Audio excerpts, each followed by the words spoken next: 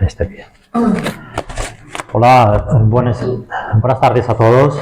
Creo que es la última sesión, por lo tanto hay menos concentración para seguir las últimas ponencias y por lo tanto pues intentaré ser un poco breve. Por un lado, ya todo lo que tendría que decir ya está dicho por las otras ponencias.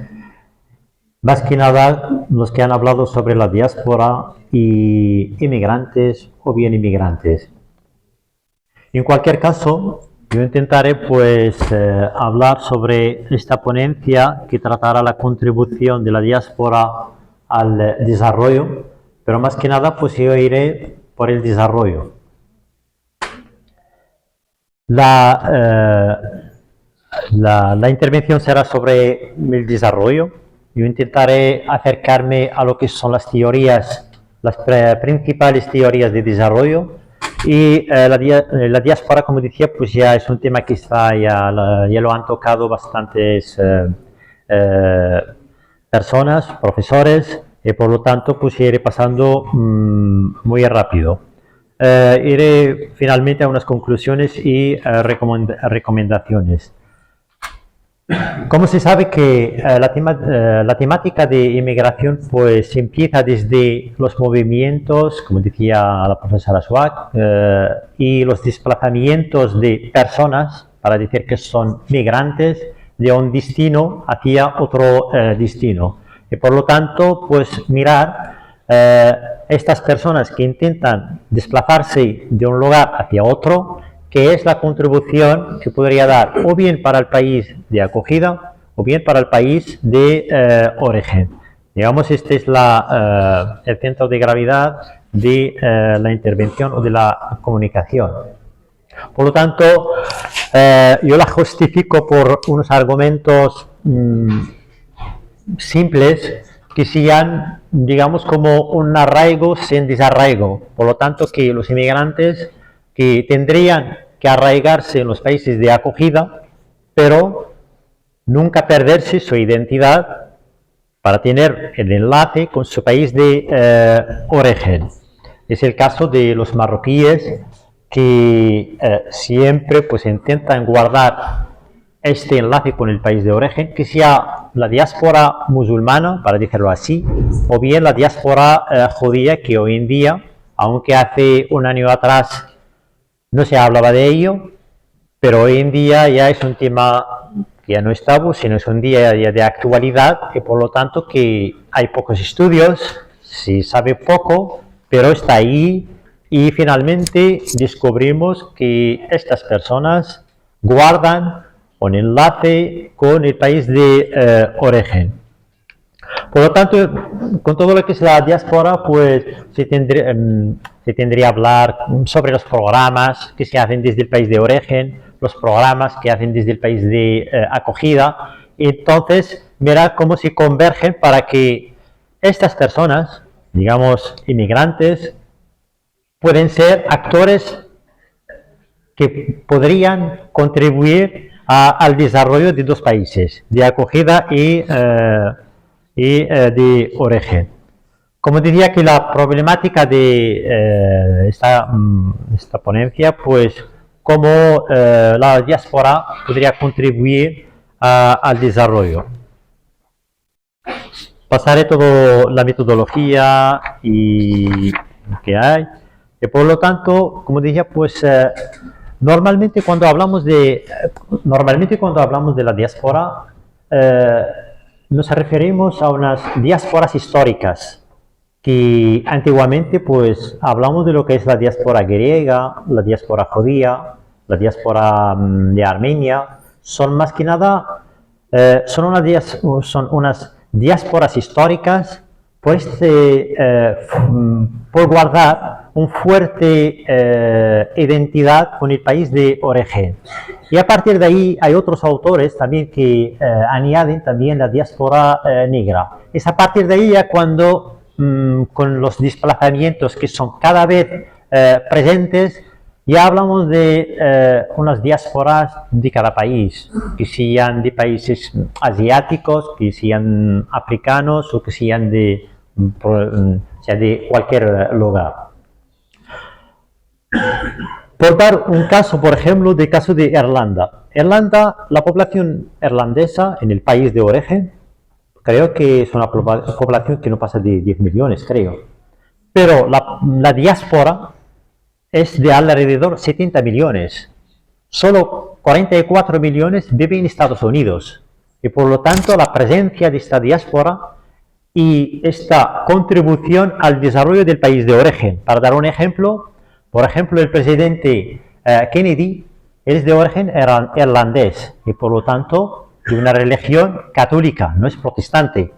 Esto, pues, la visita que hizo a Irlanda, haciendo un poco recuerdo a sus antepasados de parte de 8 generaciones y decir que yo soy irlandés, yo pertenezco a este país y por lo tanto este gesto, este discurso ayuda para que la contribución sea amplificada por los irlandeses seguramente, pero también por otros inversores que más que nada pues americanos, ¿no? En este caso.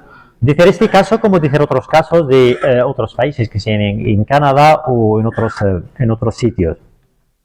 Dicho esto por la diáspora, pero me gustaría un poco hacer un viaje teórico sobre las teorías de desarrollo. Normalmente hay 4, desde que hay la teoría de modernización, teoría de dependencia, teoría de sistemas mundiales y teoría de globalización. La primera, cuando evocamos lo que es la teoría de modernización, se hizo después de acabar la Segunda Guerra Mundial, a partir de la década de los años 50, de la década de los años 50, es cuando se observó que unos elementos que resaltan sobre los demás, como por ejemplo el surgimiento de Estados Unidos como una potencia, y por ello que pues todos ya sabéis cómo Estados Unidos ayudó a través del Plan Marshall para reconstruir la Europa devastada por la Segunda Guerra Mundial. Y otro elemento sobre un movimiento comunista mundial unido. Entonces ya empezaba a resurgir todo lo que es el movimiento comunista en la parte asiática y Europa oriental. Y lo más importante, el otro elemento, es la desintegración. Es la desintegración de los imperios europeos. Y a partir de aquí ya empezaban a formular unos nuevos estados, nuevas naciones. Es en este momento que ya se pensaba para formular ya un nuevo modelo de desarrollo. Entonces ya empezamos a hablar de cómo hay que desarrollar pues estos países. Y están más enfocados para el tercer mundo. Este modelo está basado sobre unos supuestos de Rostoy, es un autor, que intentaba pues explicar que el desarrollo pasa por unas etapas, son 5. Era por una sociedad que es tradicional, precondición de despegue, luego ya es el proceso de despegue, luego el camino a desarrollo, ya acabando por un alto consumo de la sociedad. Entonces son unas etapas que cada sociedad que quiere desarrollarse tiene que pasar por ello. Pero ya veremos que esto si es verdad o no, ya es el nivel teórico. Y por lo tanto que Rostoy lo tenía previsto o estructurado para estos países del tercer mundo. Entonces, como estos países que acaban de nacer podrían también subir al tren, a la locomotora, de los países que son ya desarrollados, que son liderados por los países europeos, pero también de Estados Unidos. A partir de finales de la década y mediados de la década 60, entonces ya empezaba a ver que hay unos límites. Es que esta teoría no es del todo o no responde a un modelo de desarrollo. Y por lo tanto, que ves es un desarrollo que es unidireccional, que se habla solo de un desarrollo. Pero lo más grave, o lo que más resalta es que habla de una eliminación de los valores tradicionales.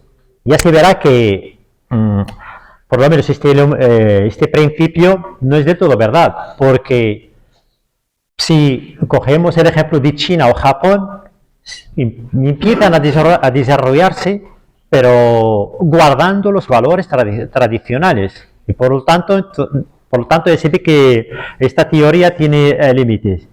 Es el momento que ya, es a partir de este momento que ya otros autores empezaban a hablar de lo que es la teoría de dependencia. El primer que ha hablado de esto es Previch, que puso unas condiciones que se basan sobre tiene que haber una entrada de capital externo hacia el país, el país que tendría que desarrollarse, y se tiene que impulsar los salarios, pero al mismo tiempo también el consumo. Igual, también hay que asentar un sistema de protección social, más que nada por la clase vulnerable. Entonces tiene que haber pues, una protección social para todos. Al mismo tiempo que la primera teoría que se ha visto que tiene límites, pero la teoría de dependencia también se ha visto que tiene límites, porque los vínculos que tenían estos países, más que nada del tercer mundo, con las corporaciones internacionales, no transfiere la tecnología, sino todo el dinero que se da es por armamento, compra de armamento, y por lo tanto, entonces ya no hablamos del desarrollo, sino es de una dependencia de la periferia hacia el centro. Precisamente es lo que como Samir Amin decía, que es imposible que los países de la periferia podrían desarrollarse porque las pautas que han seguido los países desarrollados no son las mismas, son diferentes y por lo tanto es imposible.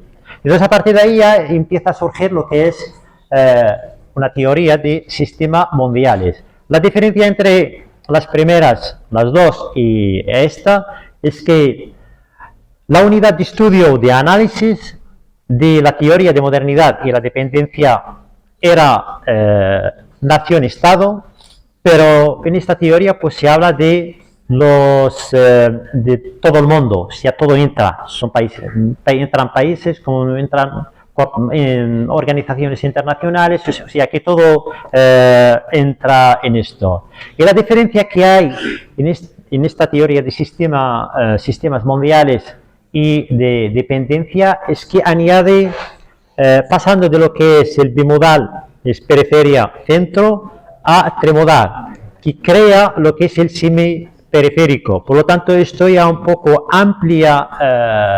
un poco el proceso para que el desarrollo pueda llegar a su fin.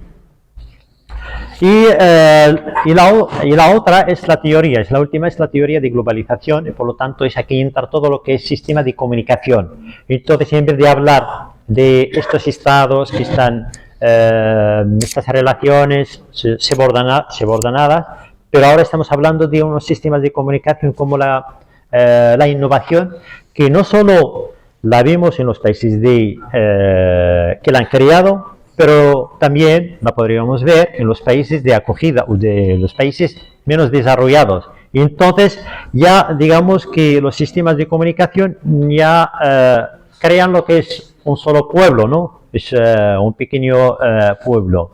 Y por lo tanto, es que esta globalización es como si hacemos un círculo vicioso. Ya volvemos a lo que es la primera teoría de modernización, en el sentido que el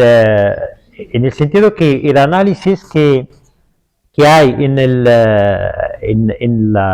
el sistema, la primera sistema, sistema de modernización y la última de globalización, es que está analizando sobre unas sociedades que son, o bien es el sistema de desarrollo tradicional, que los que lo han llevado, vale, los que lo han llevado en práctica son Estados Unidos y los países europeos, y por lo tanto los que crean la tecnología, los que crean sistemas de comunicación, son los que llevan la batuta para controlar todo el mundo. Entonces ya volvemos a lo que es el control del sistema de desarrollo a través de los países que son desarrollados.